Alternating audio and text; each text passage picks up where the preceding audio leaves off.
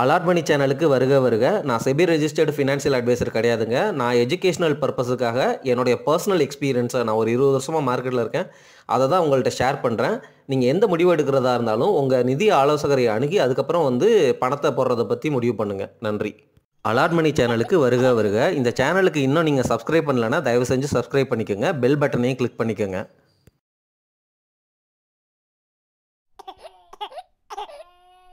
பங்குச்சந்தையில் பணத்தை போடும் பொழுது உங்களுக்கு பயமாக இருக்கா? ஐயோ காசு போயிடுச்சுன்னா என்ன பண்ணுறது அப்படிங்கன்னு கவலையாக இருக்கா? இல்லை உங்களால் அந்த முதலீடு பண்ணுறதுக்கு துணிச்சல் வர மாட்டேங்குதா? இந்த மாதிரி நீங்கள் பங்குச்சந்தையில் முதலீடு பண்ணுறதுக்கு பயப்படுறீங்க அப்படின்னா அதுக்கு காரணம் என்னவாக இருக்கலாம்? உங்களுக்கு அந்த காசு கண்டிப்பாக தேவைப்படுற காசு. அந்த காசு போச்சுன்னா உங்கள் வாழ்க்கை பாதிக்கப்படும். ஏதோ ஒரு வகையில் பாதிக்கப்படும். அந்த காசு போயிடுச்சுன்னா அது உங்களுக்கு நிறைய கவலை அளிக்கும். அல்லது நீங்கள் ப்ராப்பராக பிளான் பண்ணாமல் பங்குச்சந்தைக்குள்ளே இறங்கியிருக்கீங்க அப்படிங்கிறது தான் அர்த்தம். எல்லோரும் பங்குச்சந்தையில் முதலீடு பண்ணுறாங்க, நம்மளும் முதலீடு பண்ணி பார்க்கலாம் அப்படின்னு இறங்கியிருக்கீங்க. ஆனால் இறங்குனது ரொம்ப நல்ல முடிவு. பங்குச்சந்தையில் உள்ள காசு போடணும் அப்படின்னு நினைக்கிறதும் நல்ல முடிவு. உங்களுக்கு அந்த பயத்துக்கான காரணத்தை என்ன அப்படிங்கிறத நீங்கள் புரிஞ்சிட்டீங்க அப்படின்னா, ஆமாம் இது முக்கியமான காசு, எனக்கு தேவைப்படுற காசு அப்படின்னா நீங்கள் என்ன பண்ணணும்? ஒன்றும் இல்லை.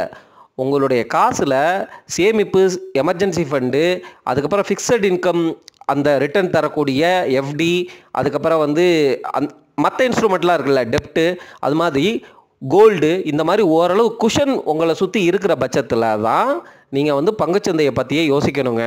நான் சொல்கிறது புரியுதுங்களா? உங்ககிட்ட காசு வேறு அசட் கிளாஸில் டெப்ட்டு, ஃபிக்ஸட் டெபாசிட்டு, போஸ்ட் ஆஃபீஸு, அது இல்லாமல் ஃபிசிக்கல் கோல்டு, அது இல்லாமல் ரெகுலராக உங்களுக்கு சம்பளம் வருது, இல்லை வீட்டு வாடகை வருது, இந்த மாதிரி காசு வேறு அசட் கிளாஸஸ்லேருந்து வருது அப்படின்னு தெரிஞ்சால் தான் உங்களுக்கு ஒரு நம்பிக்கை இருக்கும்.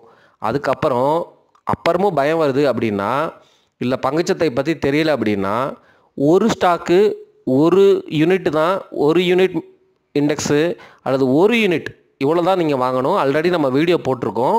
அதாவது உலகின் தலை சிறந்த சொல் செயல் அப்படின்னு சொல்லிட்டு அந்த வீடியோவை பாருங்கள். அந்த வீடியோவில் எந்தெந்த கேட்டகரி ஆஃப் அசட் கிளாஸஸில் நீங்கள் ஒரு யூனிட் வாங்கி நீங்கள் முதலீடு பண்ணி கற்றுக்கலாம் அப்படின்னு நான் போட்டிருக்கேன். அதை ஃபாலோ பண்ணுங்கள்.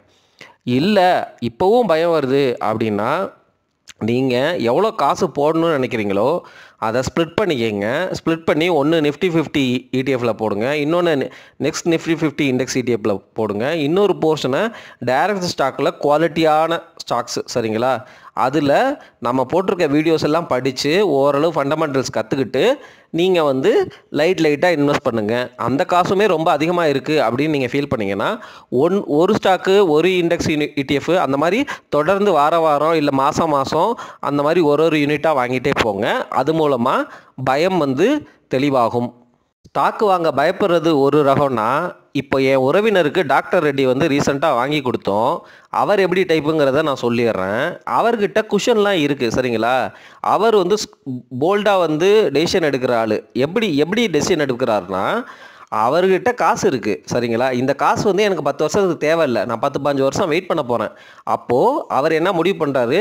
நல்ல குவாலிட்டியான பங்காக வாங்கணும் அப்படிங்கிற மாதிரி முடிவு பண்ணுறாரு. அதுலேயுமே இந்தியாவை பொறுத்த வரைக்கும் ஐடி, ஃபார்மா, இந்த 2 செக்டர் பார்த்திங்கன்னா டாலரில் இன்கம் தர்ற செக்டர், சரிங்களா? ஸோ இந்த செக்டரில் தான் ஓரளவு நல்ல மணி ஃப்ளோ ஜாஸ்தியாக இருக்கும், கேஷ் ஃப்ளோ ஜாஸ்தியாக இருக்கும். அதே போல் உங்களுக்கு சம்பளம்லாம் பார்த்திங்கன்னா ஐடியிலலாம் ரொம்ப நல்ல சம்பளமாக இருக்கும், சரியா? அதனால் அவர் இந்த மாதிரி ஒரு பங்கு சொல்லுங்கள் அப்படிங்கிற மாதிரி கேட்டுட்டு அதுக்கப்புறம் அவர் டாக்டர் ரெட்டியை சூஸ் பண்ணி எனக்கு ஃபார்மா செக்டரில் இந்த ஸ்டாக் வாங்கலாமா, ஓகேவா அப்படிங்கிற மாதிரி கேட்டார். அதுக்கு தான் நம்ம அனலைஸ் பண்ணி என் உறவினர் வாங்கிய பங்குகள்னு ஒரு வீடியோ போட்டோம், சரியா? இந்த கேட்டகரி ஆஃப் பீப்புளுக்கு என்ன நடக்கும்னா, காசு போட்டு ஒரு 20% கீழே குறைஞ்சாலும் அவங்களுக்கு கவலைப்பட மாட்டாங்க. ஏன்னா அவங்க அந்த ஸ்டாக்கை 10 வருஷம் வச்சுக்க போகிறாங்க. டாக்டர் ரெட்டி நல்ல மேனேஜ்மெண்ட்டுன்னு தெரியும். ரொம்ப வருஷமாக ஃபார்மா செக்டரில் இருக்கிற ஒரு லார்ஜ் கேப் பங்குன்னு தெரியும். அப்புறம் அவங்களுடைய ப்ராடக்ட் போர்ட்ஃபோலியோ ரொம்ப வாஸ்ட் போர்ட்ஃபோலியோ. யூஎஸில் நிறையா ட்ரக்ஸு சேல் பண்ணுறாங்க அப்படிங்கிறது தெரியும், எக்ஸ்போர்ட் பண்ணுறாங்க அப்படிங்கிறது தெரியும். ஸோ நிறையா கொலாபரேஷன்லாம் பண்ணுறாங்க சைனா கூட, ரஷ்யா கூடலாம். அந்த ஸ்புட்னிக், அந்த கோவிட் வேக்சின்லாம் அந்த சமயத்துலலாம் அவங்க ஒரு அட்டெம்ப்ட் எடுத்தாங்க, சரியா? இப்படி ரொம்ப வருஷமாக இருக்கிற பாப்புலரான நிறுவனத்தில் முதலீடு பண்ணும்போது என்னுடைய ப்ரைஸ் 20% குறையுது அப்படின்னா நான் கவலைப்பட மாட்டேன் அப்படிங்கிற ரகங்கள் அவங்கெல்லாம்.